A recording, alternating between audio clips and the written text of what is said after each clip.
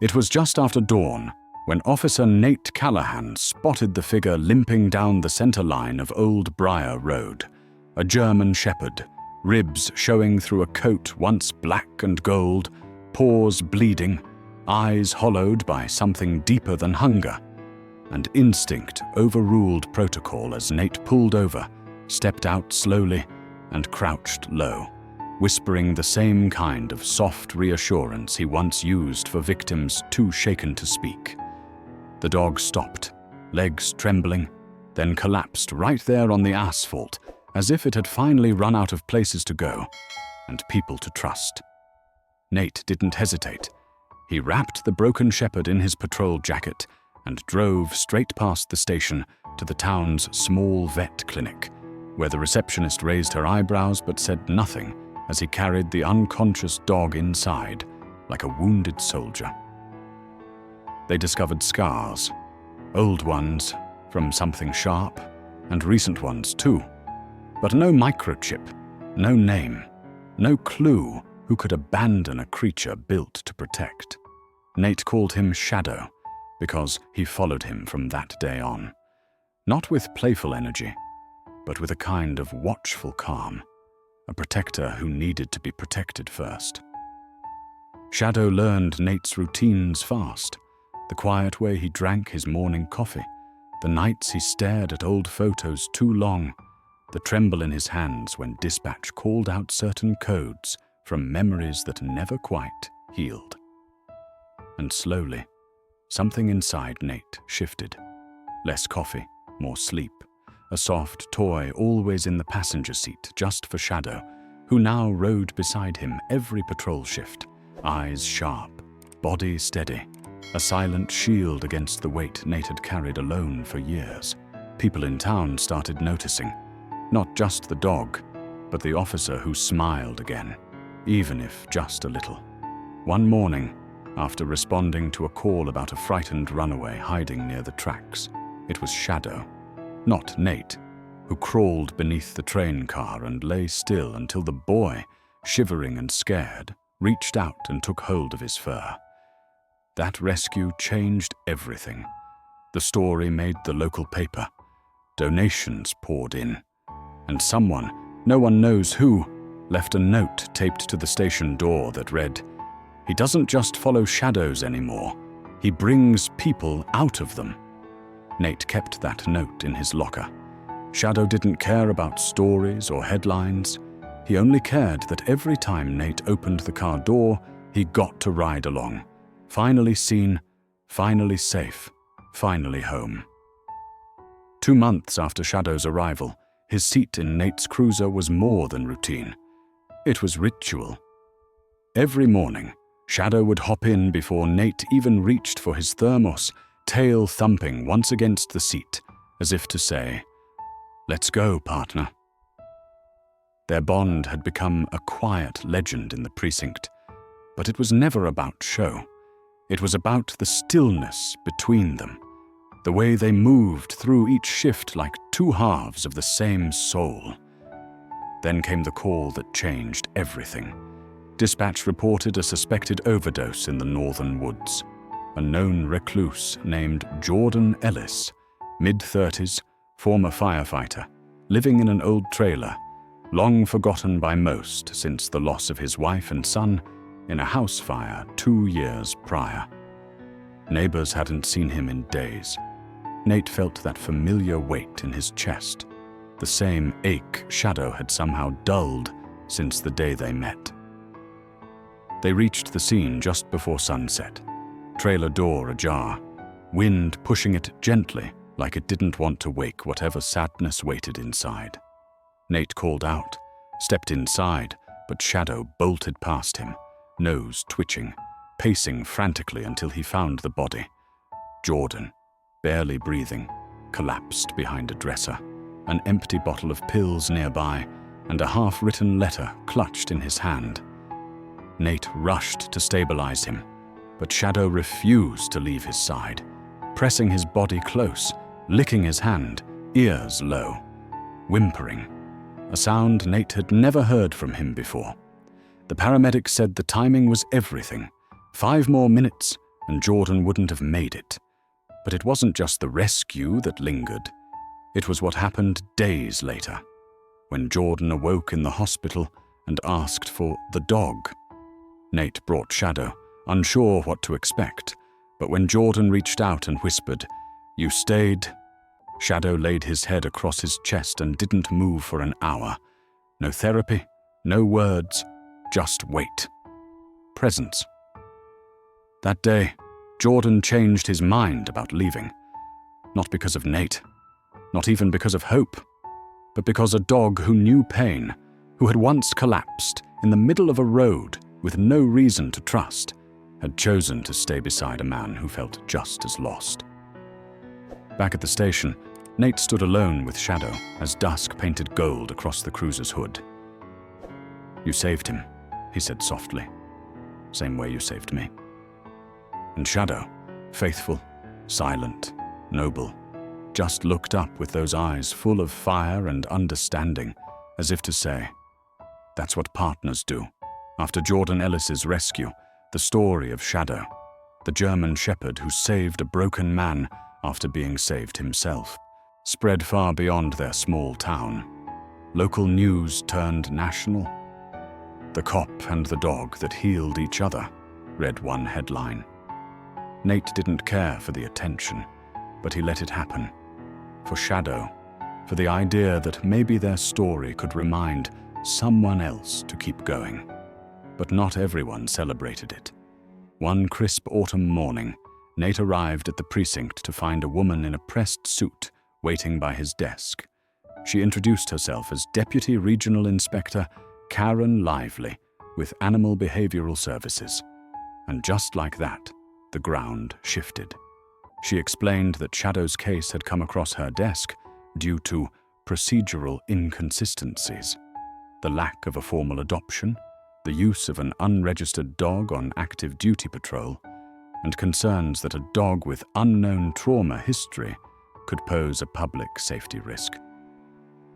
Nate stood silent as she spoke, fingers curling slowly into fists in his pockets. "I understand the bond," she said flatly, "but we have protocols for a reason." A hearing was scheduled. Nate was furious, but more than that, he was scared, a fear deeper than anything he'd felt in years. That night, Shadow curled at his feet as always, but Nate couldn't sleep. He stared at the ceiling and thought about every moment.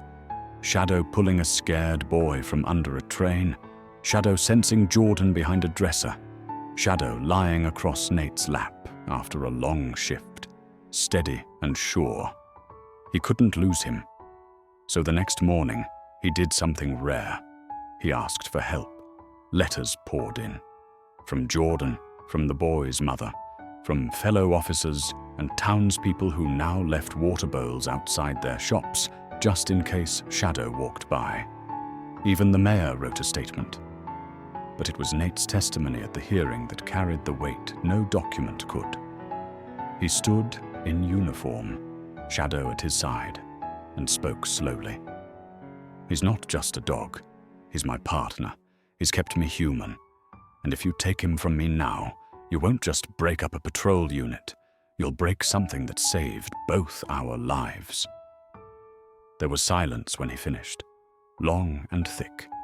And then, something rare. Lively nodded, just slightly, and whispered, "Motion to approve permanent handler status." A week later, the paperwork was official. Shadow's badge was stamped. A tiny collar tag with his name and ID was added to his vest.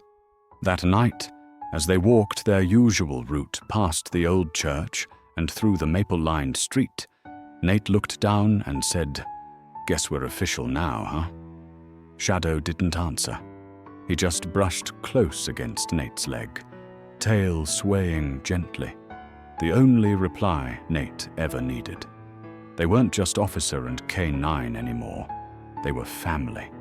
And for the first time in years, Nate wasn't afraid of losing anyone, because Shadow wasn't going anywhere. It had been nearly 6 months since the hearing that made Shadow Nate's official K9 partner, and by now, Their rhythm felt more like a heartbeat than a routine. Coffee and patrol at sunrise, park walks at noon, paperwork with Shadow's chin resting on Nate's boot at dusk. But one quiet Thursday, something unusual stirred beneath their familiar rhythm. It started during a community outreach event at the elementary school, where kids gathered around Shadow like he was a celebrity, all except one little girl named Marley, maybe 7, who stood frozen behind the jungle gym, eyes locked on the dog with a strange mix of awe and fear. When Nate gently called her over, she didn't move until her grandmother stepped forward and whispered, "She says that's her dog." Nate blinked, heart catching in his chest. The grandmother explained, voice shaking, that a year ago, during a cross-country move, their family car had been in an accident along Highway 12. Amid the chaos, their German shepherd, Max, had panicked and vanished into the woods. Despite flyers, calls, and weeks of searching, Max was never found. Nate knelt beside Shadow, who was calm, but oddly still, like he too was remembering something buried deep. "Max?" Nate tried softly. Shadow didn't react, but when Marley whispered his name again, "Maxie?" his ears flicked, just slightly. That night, Nate sat in silence for hours, torn. Everything about Shadow, the scars, the mistrust, the way he clung to Nate, said he had been abandoned. But what if he hadn't been? What if, in the chaos, he'd simply gotten lost and had been waiting all this time to be found again? Nate didn't sleep. Instead, he drove back to the school the next day, invited Marley and her grandmother to the precinct, and watched carefully as Shadow approached the girl. There was no leap of joy, no tail-wagging reunion, just a long, searching stare between them, like two souls trying to remember each other through fog. But then, Marley sat down on the cold tile floor, patted her lap, and said, "Come home." And Shadow, who had never once broken command with Nate, padded forward and placed his head softly in her lap. Nate's throat tightened. In that moment, he felt like he'd been punched in the chest by fate. Later, in the quiet of the locker room, Nate stared at Shadow's photo hanging in his locker, torn between what was right and what was needed. But before he could make a decision, Marley's grandmother came in with a folded letter. "We talked," she said, "and we know he's not the same dog anymore. Maybe he remembers us, but it's clear who he belongs to now." The letter was from Marley. In crayon, with backward letters and little hearts, it read, "Dear Officer Nate, Max picked you. And it's okay. He's your hero now. But can we visit sometimes?" Nate cried. For the first time in years, he cried. Because sometimes love doesn't just come back, it lets go. The department had never been one for ceremony. But when word spread that Shadow had helped track down 3 missing children in the forest during a freezing storm, finding them huddled beneath an overturned canoe, guarding them until rescue teams arrived, the city insisted on honoring him. The auditorium was full. Officers stood at attention. Children held signs.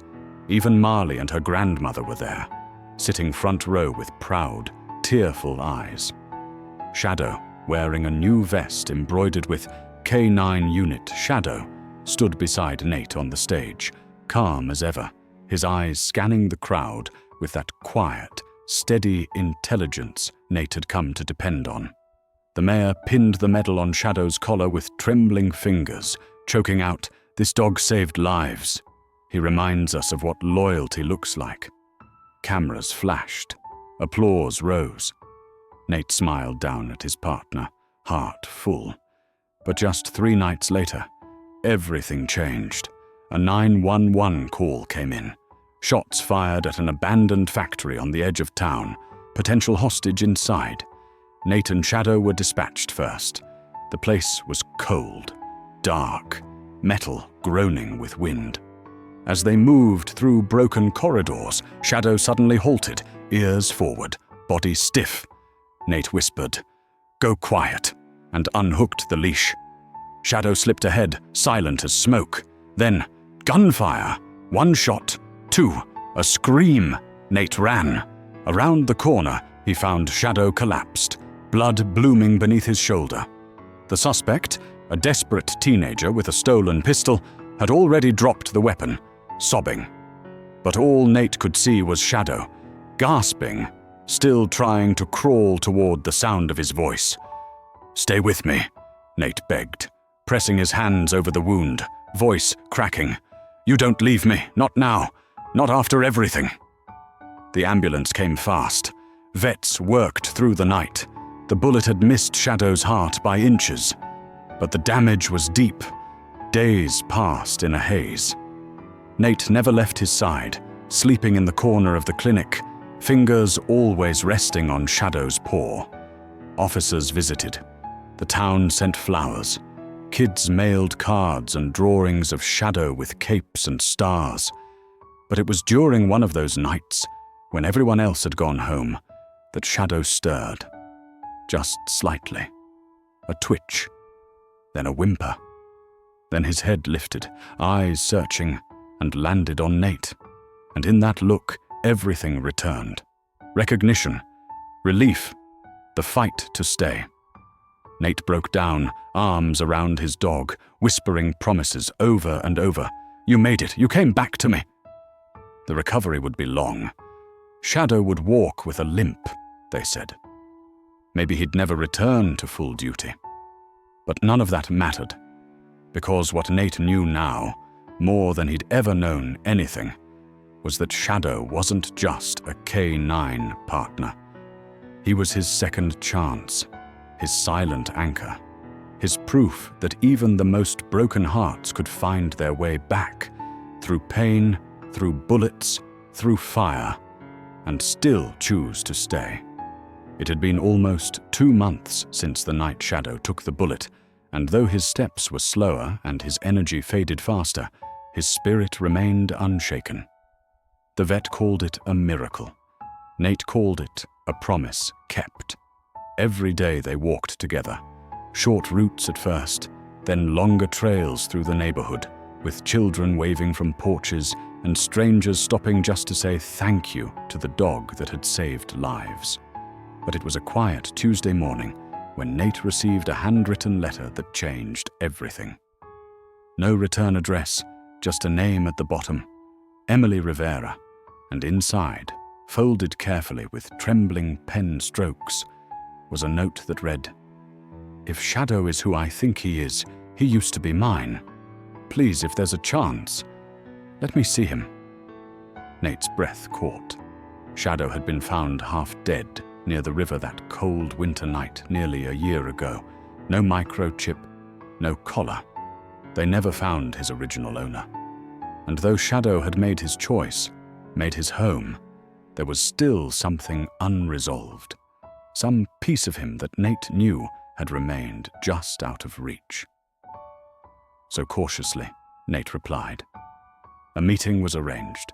A quiet park, late afternoon sun filtering through the trees. And then she appeared. Emily Rivera, early 30s, nervous hands, clutching an old photo of a young German shepherd beside a white picket fence. "His name was Ranger," she whispered, voice barely holding together. "He was with me after I lost my husband. I adopted him as a puppy. He got spooked during a break-in, ran off. We searched for months." Nate said nothing at first, just knelt beside Shadow, who stood stiffly, sniffing the air. Emily approached slowly, tears already falling, and held out the photo. "Do you remember me?" she asked, kneeling to the ground, not reaching, just letting him decide. Shadow didn't lunge, didn't bark. He simply stared. His ears twitched, his eyes softened, and then, in a quiet motion that made Nate's throat close tight, Shadow stepped forward and pressed his head gently against her chest.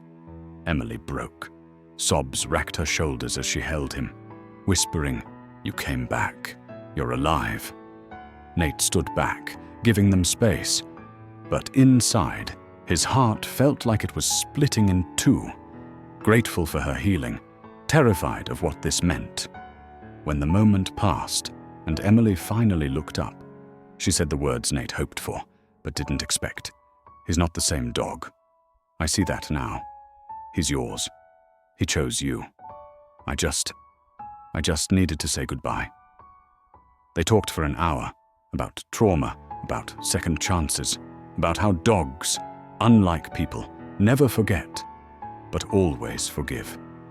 Before she left, she knelt once more, kissed Shadow's forehead, and whispered, "Thank you for finding someone who deserved you." That night, as Nate drove home with Shadow sleeping peacefully in the passenger seat, he couldn't help but glance at the photo Emily had given him. In it, a younger version of the same noble soul stared back. No scars, no limp, just pure light. And Nate smiled, tears in his eyes, because he hadn't just rescued a dog. He had been entrusted with a legacy, and somehow, through all the heartbreak and fire, Shadow had come full circle, not back to the past, but forward to the home where he was meant to belong all along.